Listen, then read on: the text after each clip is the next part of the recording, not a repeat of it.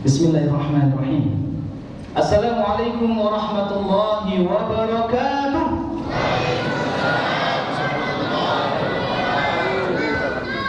Alhamdulillahirabbil alamin. Sudah buka semuanya ya? Baru takjil apa udah makan? Alhamdulillah. Alhamdulillahirabbil alamin. Wassalatu wassalamu ala al-mab'uts rahmatan lil alamin sayyidina wa maulana Muhammadin wa ala alihi wa sahbihi ajma'in. Amma ba'd. Dari Madinah pergi ke Mekah, kemudian tawaf keliling Ka'bah. Alhamdulillah, hari ini kita bisa jumpa di Masjid Jami At-Tarbiyah. Semoga bulan Ramadan ini semakin berkah. Amin ya rabbal alamin. Bapak-bapak, ibu-ibu, adik-adik yang mudah-mudahan Allah muliakan, malam ini malam yang keberapa? Alhamdulillah, hafal semuanya ya? Rasanya cepet apa lambat? Cepet ya? Enaknya cepet apa lambat? Maksudnya enaknya Ramadan ini ntar aja deh habisnya, atau apa namanya cepet deh habis biar bisa makan siang. Ntar dulu. Bapak-bapak DKM, ya, ibu-ibu, bapak, semua yang jemaahnya Allah muliakan. Ada sebuah kisah di negeri Antah Barata. Dahulu kala ada seorang raja yang punya prajurit pasukan yang begitu besar jumlahnya. Suatu hari raja ini mengajak pasukannya untuk apa? Mengembara, mengelilingi dunia. Di hari yang tidak disangka-sangka, ternyata mereka ketika matahari sudah mulai redup, ya, mau masuk waktu maghrib, mereka ternyata harus melewati sebuah hutan yang sangat lebat. Sudah malam hari, plus apa? Masuk hutan yang sangat lebat.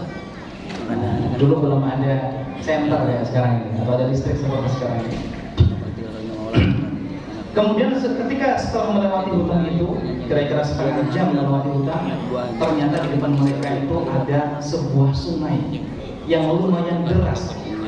Sungai ini tidak dalam, jadi bisa untuk diseberangi, tapi lumayan deras. Maka ketika itu raja ini berpesan kepada para pasukannya sebelum mereka menyeberang sungai ini, wahai pasukanku, apapun yang kalian injak selama kalian menyeberangi sungai ini, maka ambillah sebanyak-banyaknya. Itu titah dari sang raja. Maka sang raja memulai, sang raja paling depan menyeberang, kemudian mengambil apa yang diinjak ya oleh sang raja. Kemudian diikuti oleh pasukan apa istilahnya kalau saf pertama gitu, atau ring pertama gitu, ring satu. Mereka mengikuti apa yang dilakukan sang raja. Mereka mengambil sebanyak-banyaknya. Mereka nggak pikir apa itu, pokoknya ikut dawuhnya sang raja, diambil sebanyak-banyaknya. Pasukan yang kedua ini sudah, ring yang kedua ini sudah berbeda sikapnya, nggak seperti pasukan yang elit yang pertama. Jadi mereka itu ya kita ambil aja lah secukupnya. Yang penting kita tidak apa menyalahi perintah sang raja. Pasukan yang ketiga yang terakhir ya, mereka melalaikan perintah sang raja. Mereka nggak ambil apa-apa. Ngapain cuma batu-batuan ini keinjak? Ngapain?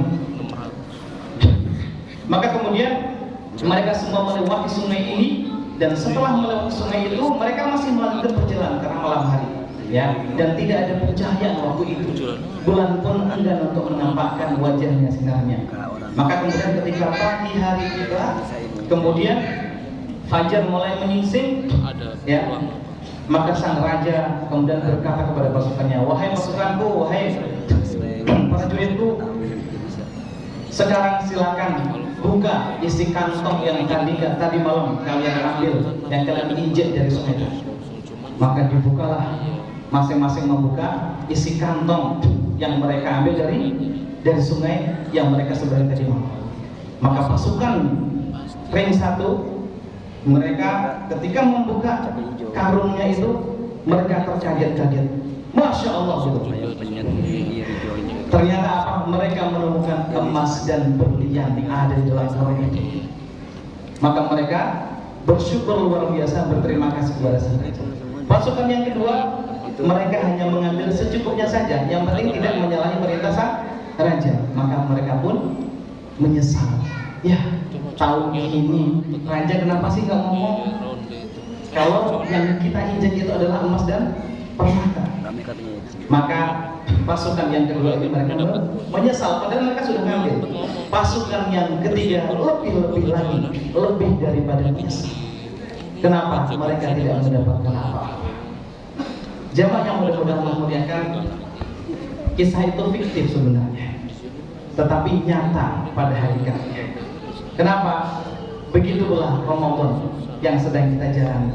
Ramadan itu layaknya sungai yang berarus deras tadi, yang di bawahnya itu ada banyak perhiasan emas dan permata.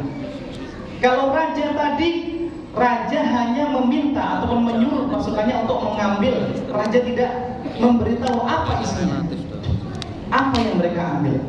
Tapi Allah Subhanahu wa Ta'ala melalui lisan yang mulia, lisan Rasulullah SAW, sudah memberitahukan kepada kita keutamaan bulan Ramadan. Maka kita ingin menjadi pasukan yang pertama, yang kedua, atau yang ketiga. Ramadan telah berlalu 10 hari. Malam ini malam yang ke-11. Maka apa yang akan kita lakukan? Masing-masing bisa mengevaluasi dirinya sendiri-sendiri, mengevaluasi bagaimana keluarga. Ramadan hanya setahun sekali datang. Ramadan hanya akan datang pada tahun berikutnya. Ramadannya insya Allah pasti datang. Tapi usia kita apakah akan sampai ke Ramadan yang akan datang atau tidak? Wallahu a'lam bishawab. Baru 3 hari yang lalu, salah satu guru saya yang sangat kami cintai, yang sangat kami sayangi, kami hormati, namanya Hilhaj Muhammad Furqan Jamil. Beliau seorang pakar qiraah, ya. Beliau hafal Al-Quran, pakar qiraah luar biasa. Dulu mengaji di Makkah Al-Mukarramah. Qadarullah, ternyata sudah Allah jemput mendahului kami. Ya Allah, di bulan yang amat mulia ini. Dan ingat, kita tidak tahu sampai kapan usia kita.